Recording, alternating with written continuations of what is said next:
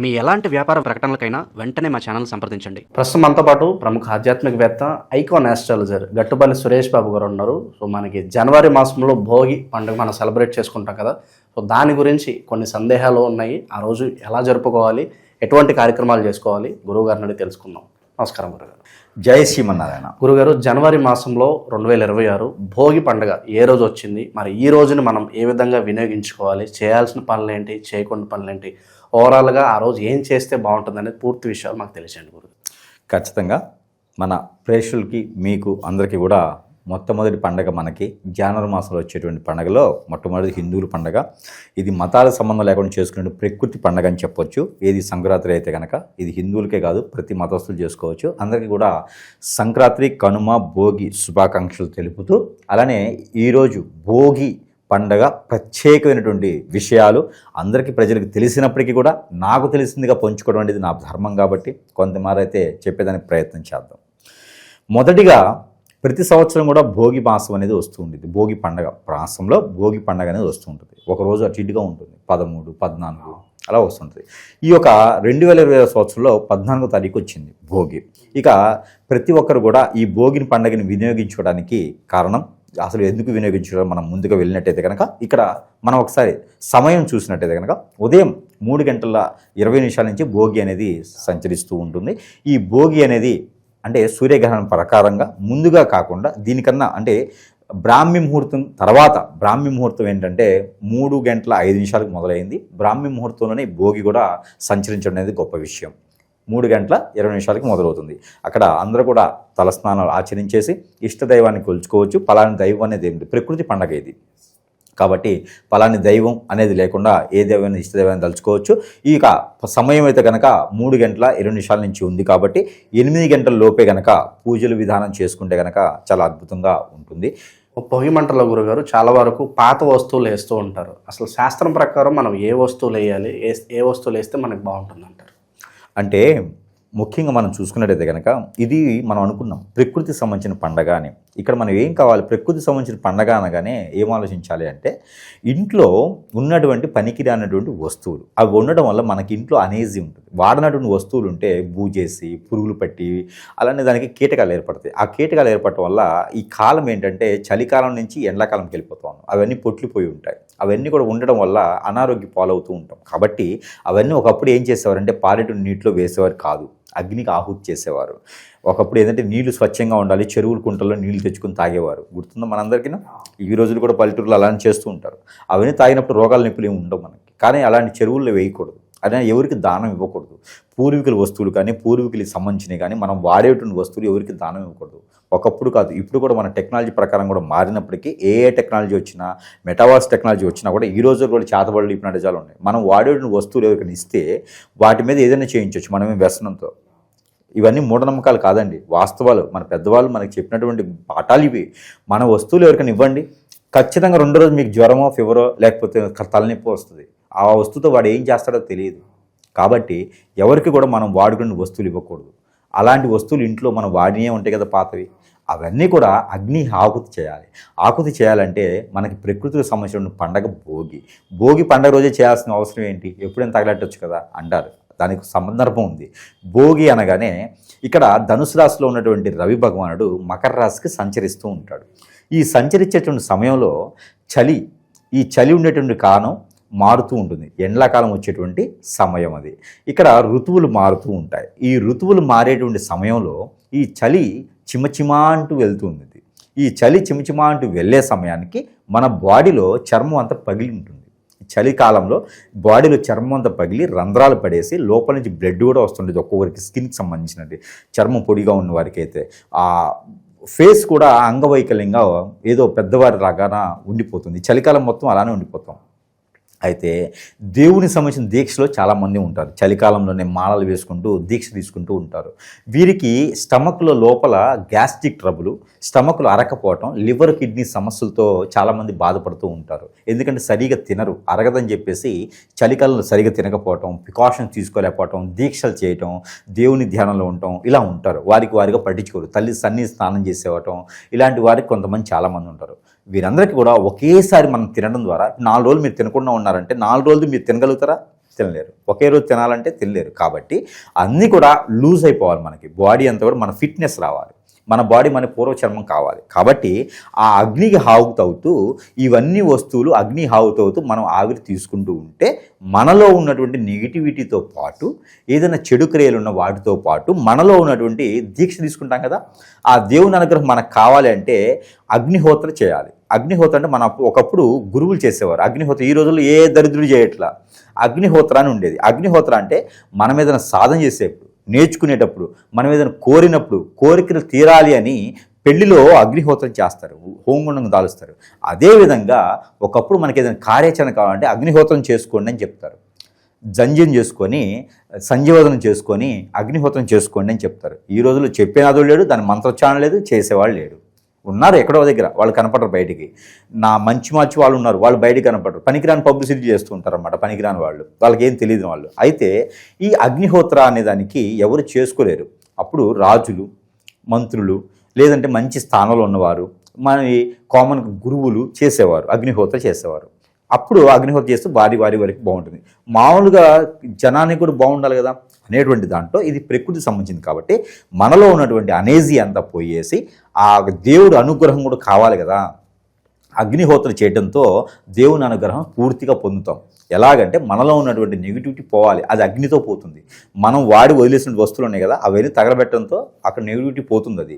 కాబట్టి ఆ నెగిటివిటీ పోయి మనలో పాజిటివిటీ వచ్చేసి అప్పుడు మనం చేసినటువంటి చలికాలంలో చేసినటువంటి దానము, యజ్ఞము, యాగము, హోమము, దీక్ష, పూజ, ఈ ఫలాలన్నీ కావాలంటే అగ్నిహోత్రం కింద ఉండాలి. అందుకే మతానికి కులానికి సంబంధం లేని పండగ సంకురాత్రి. దాంట్లో మొట్టమొదటి భోగి. కాబట్టి ఈ అగ్నిహోత్రం మంచిది. మరొకటి, ఒకప్పుడు అగ్నిహోత్రం అంటే ఎలా చేసేవారంటే, ఇప్పుడు అదే భోగి మంటలు ఎలా వేసేవారంటే మంచి గంధపు చెక్కలు. ఈరోజు గంధం పట్టుకుంటూ కొడతారు, పోలీస్ కేసులు అవుతాయి. ఒకప్పుడు ఇళ్లలో పెంచుకునేవారు, గంధాన్ని వాడుకునేవారు, సాదేవారు, అదే వాడేవారు. దేవుని కూడా అదే వాడేవారు, గంధమే. ఆ గంధపు చెక్కలు, టేక, వీటితో పాటు ద్రవ్యాలు కొన్ని ఉండేవి. ఆవు నెయ్యి, ఆవు పాలు, ఆవు అమృతంలో, పంచామృతంలో చేసేవారు. కొన్ని రకాల వస్తువులు, పువ్వులు, బంతి పువ్వులు, ఇలాగ ద్రవ్యాలు ఉండేవి. ఆ స్మెల్కు మన లోపల పాజిటివిటీ ఏర్పడింది. కొన్ని రకాల సెంట్లు ఉంటాయి, కొన్ని రకాల సెంట్ బాటిల్స్ ఉంటాయి. రోజా పూలు, ఇలా తామర పూలు, ఇవన్నీ కూడా వేసేసి చేసేది. ఆవు పిడకలు, అగ్నిహోత్రం మామూలు విషయం కాదు. ఆవు పిడకలు వేసి చేసేవారు. ఆవు పిడకలు నెల ముందు నుంచి సేకరించి పిడకలు కొట్టి ఎండబెట్టి అవి దాచేవారు. కర్పూరము, ఇవన్నీ కూడా ద్రవ్యాల కింద వాడేవారు. ఇక తుమ్మి పూలు వాడేవారు, మరమరాలు వాడేవారు, అటుకులు వాడేవారు, ఒక్కలు వాడేవారు, ఖర్జూర పళ్ళు వాడేవారు. ఒక యజ్ఞం చేస్తే ఎంత అవుద్దో, హోమం చేస్తే ఎట్లా వాడేవారో అదేవిధంగా ఈ యొక్క భోగి మంటల్లో అవన్నీ వేసేవారు. అవన్నీ వేసి రేగి ఆకులు వేస్తారు. ఈ రేగి ఆకులు వేయడంలో ఎవరికైనా సరే మైండ్ బాగాలేదు, వారికి హిప్నటిజం అయింది, చేతబడులైంది, ఇవన్నీ కూడా అగ్నికి తీసుకొచ్చి కూర్చోబెడితే అన్నీ కూడా పటాపంచలేకపోతాయి. గురువు దగ్గర లక్షలు ఇచ్చే అవసరం లేదు. అయితే ఇవి చేయడం ద్వారా మంచి జరుగుతుందని చేస్తూ ఉంటారు. వాటి మీద నీళ్లు కాస్తారు. వాటి మీద ఆ ద్రవ్యాలు కాలుతున్నప్పుడు నీళ్లు కాసి స్నానం చేస్తే మనలో ఉన్నటువంటి ఆ చెడు క్రియలే కాదు, బద్ధకమే కాదు, నవగ్రహ దోషాలే కాదు, ప్రతిదీ కూడా చిటికలో పోతుంది. దాంతోపాటు ఈ భోగి మంటలు ఇలా చేసుకోవడం ద్వారా మనలో ఉన్నటువంటి ఇంట్లో ఉన్నటువంటి దరిద్రం అంతా పోతుంది. అగ్నికి ఆహుతైంది ప్రపంచంలో ఏది లేదు, అగ్నికి ఖచ్చితంగా ఆహుతవుతుంది అన్నీ కూడా. అందుకే మన రామాయణ కాలం చూసుకున్నట్టయితే సీతాదేవిని నిందిస్తారు. సీతాదేవిని నిందించగానే అప్పుడు రాముల వారు ఏం చేస్తాడు, అగ్ని పరీక్ష చేపిస్తాడు. అగ్ని పరీక్ష చేపిస్తే సీతాదేవి దాటి వస్తే ఆవిడ కాలకుండా మళ్ళీ దేవతలా వస్తే అప్పుడు ఏలుకుంటాడు. అగ్నికి అంత పవర్ ఉంటుంది. కాబట్టి మనకి ఆజ్ఞలో ఉన్నటువంటి పొయ్యిలకు కూడా ప్రతినిత్యం కూడా ఆడవారు పూజించేవారు, వంట చేసి, ఈరోజు అందరూ చేస్తున్నారు వంటలు, అట్లా వంట చేసేవారు ముందు పూజకి దండం పెట్టుకుంటారు. ఆ అగ్ని ఆహుతి అంటే ఆ పొయ్యి లేకుండా మనకు ఫుడ్ లేదు. పంటలు పండించిన ఉపయోగం ఉంది వండుకొని తినకుండా. కాబట్టి అగ్ని అంత గొప్పది. మానవ జీవితంలో అగ్ని అనేది మన బాడీలో కూడా అగ్ని ఉండాలి, లేకపోతే మనిషి ఉండడు. మన ఆత్మ అగ్నితో కూడినటువంటి ఉంటుంది అనమాట.